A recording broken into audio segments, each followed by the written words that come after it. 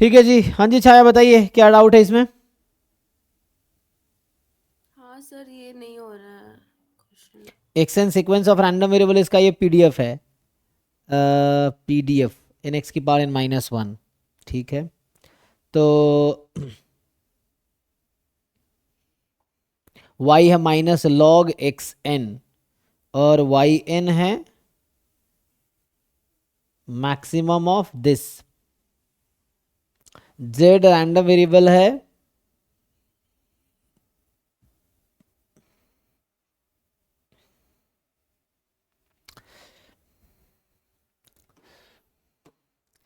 इसमें जो आपका पीडीएफ है एफ एन एक्स की power N minus one X between zero and one. ठीक। अब आप बताओ, ये कह रहा है आपसे एफ एन है ये और वाई एन जो है माइनस लॉग एक्स एन है, तो ये इतना घुमाया है। Y N minus log X N है, तो इसका पीडीएफ निकाल लो। तो ऐसे कोई डायरेक्ट तो ये कौन सा डिस्ट्रीब्यूशन है, बीटा चला जाएगा ना। हाँ, beta N minus beta N comma one, तो बीटा एन कॉमा वन है तो sir Y N exponential N आ रहा था। ये वाला।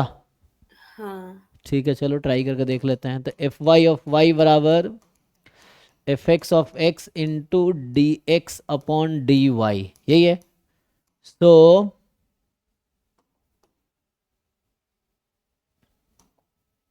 एफ एक्स ऑफ एक्स क्या है, एन एक्स की पावर एन माइनस वन और D X upon D Y यहाँ से निकालेंगे तो एक्स की वैल्यू है ना ई की पावर माइनस वाई, नहीं ई की पावर है ना, पहले माइनस हो जाएगा। हाँ ई की पावर माइनस वाई, ठीक है। तो यहाँ एक्स की जगह ई की पावर माइनस वाई और D X upon D Y लिखोगे, ये कट जाएगा। इसको पुट कर दो एक्स की जगह ई की पावर माइनस वाई, तो ये बन जाएगा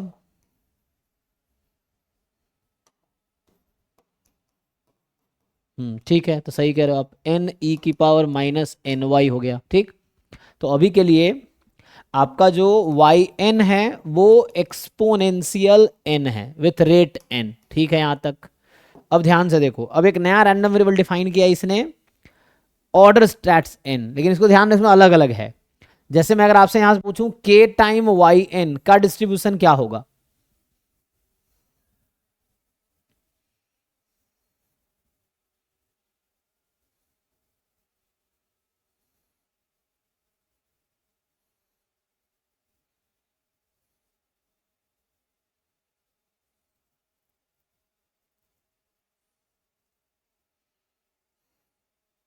या एन वाई एन छोड़ो, एन वाई एन का डिस्ट्रीब्यूशन क्या होगा ये पूछ रहा है।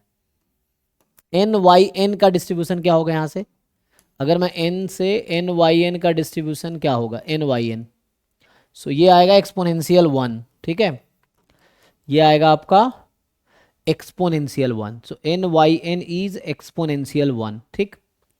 नाउ अब मुझे बताइए, ये मिनिमम होता तो काम बहुत आसान होता, मैक्सिमम ना है।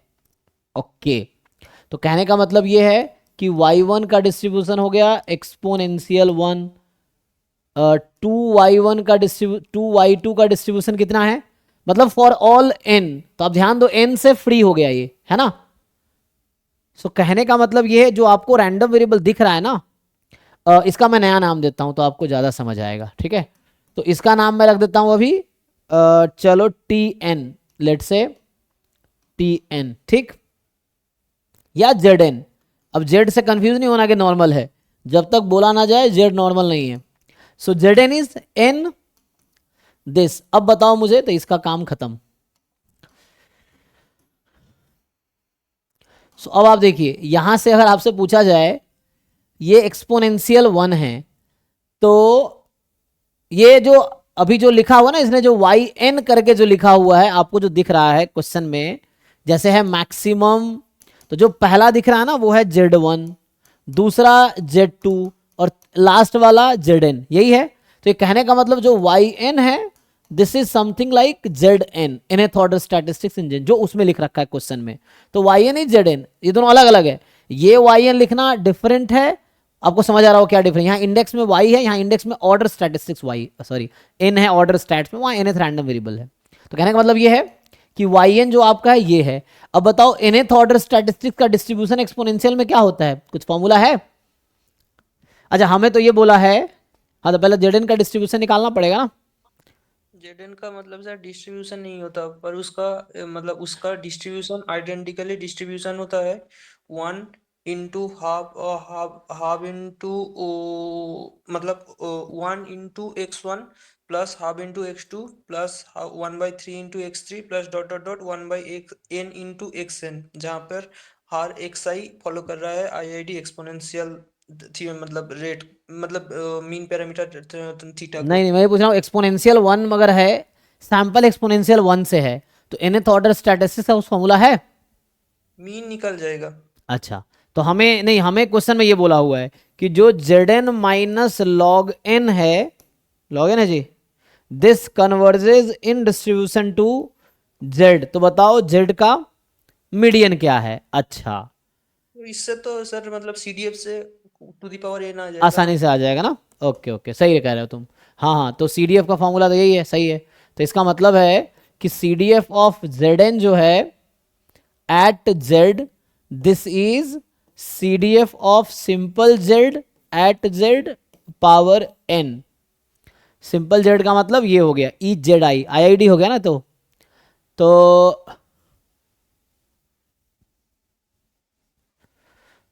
ठीक है, तो नाउ द क्वेश्चन इज, तो सीधा सीधा मैं यहां से इसका मतलब हो गया if and only if Z का जो सी डी एफ है, तो जेड ये कंफ्यूज ना हो जाओ बस, ये है कि यहाँ पे क्या नाम जेड एन रखा था ना, तो ईच जेड एन, ध्यान रखना ये जेड एन और ये जेड एन डिफरेंट है ना। ये जेड एन एक सिंपल रैंडम वेरिएबल है, ये जेड एन ऑर्डर स्टैटिस्टिक, दोनों डिफरेंट है। तो यहाँ लिख रहा हूँ सिंपल जेड एन का power N, Z N exponential one है। तो जेड का सी डी एफ आएगा 1 माइनस ई की पावर -1, इसका सी डी एफ होता है, उसकी पावर एन। यहाँ तक ओके है? अब मतलब ये मैं जेड एन का सी डी एफ लिख रहा हूँ, ठीक। नाउ क्वेश्चन सेड कि जो लिखा हुआ ना, अच्छा इसको अभी यूज़ नहीं किया मैंने, ठीक है ना, अब वो यूज़ करेंगे, अभी तो हम फाइंड कर रहे थे। तो लॉजिकली हम ये फाइंड, ई की पावर माइनस जेड ना। ई की power minus Z, exponential one था ना, तो एक्सपोनेंशियल वन का क्या होगा? हाँ ठीक है, हाँ आप सही कह रहे हो, ठीक है। तो 1 माइनस ई की पावर माइनस जेड, क्योंकि लैम्डा वन है ना। ठीक है, तो अभी क्या करना है हमें, हमें बता रखा है कि जो जेड एन ऑर्डर स्टैटिस्टिक है माइनस लॉग एन, तो Y N is Z N, ठीक है ना, ऑर्डर स्टैट्स में।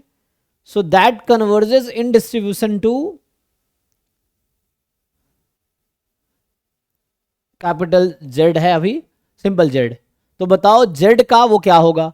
तो मैं कह रहा हूं इसका जो सीडीएफ की लिमिट आएगी, वही जो लिमिट आएगी वो जेड का डिस्ट्रीब्यूशन है। तो हमें निकालना है limit N tends to infinity probability Z N minus log N less than equal to some T, मान लो टी में लिख देता हूं। तो इसका मतलब हो गया कि limit N tends to infinity Z N less than equal to T plus log N, और ये आ जाएगा limit N tends to infinity, ये वही सी डी एफ है टी प्लस, है ना, इसको आप लिख सकते हो, ये क्या है वही तो है, ये जेड की जगह टी प्लस एल एन है, तो वहां जेड की जगह रख दो, तो 1 माइनस ई की power minus T plus L N N इस पूरे की पावर एन। समझ आया कैसे?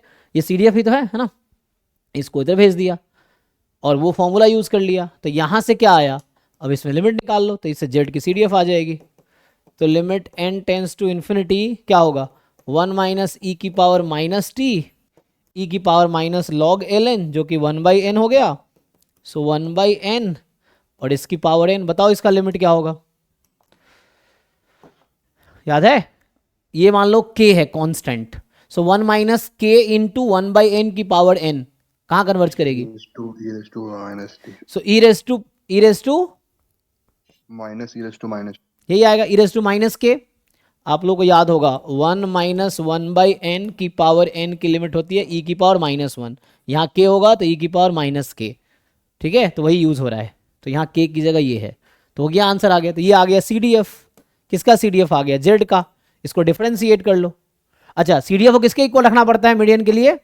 हाफ के इक्वल। तो सॉल्व कर सकते हो इसको, निकालो t यहाँ से। तो एक लॉग जाएगा तो माइनस ई की पावर -t बराबर -log2, माइनस माइनस गायब। एक जाएगा -t बराबर log ऑफ log2, ठीक, और इसको इधर भेज दो तो answer is -log of log2। ये आंसर है इस क्वेश्चन का। This is the median of the limiting distribution. ठीक है जी, देख लो। तो उसको खुद से सॉल्व करो अब, तो समझ आएगा। जो मैंने किया वही चीज़ आप खुद से करो, then you will understand. Recording तो रहेगा ही, है ना। ये नोट्स भेजूंगा अभी मैं। चलो जी, ठीक है जी, जिनका डाउट था सेंड किया आपको। हाँ सर। ठीक है।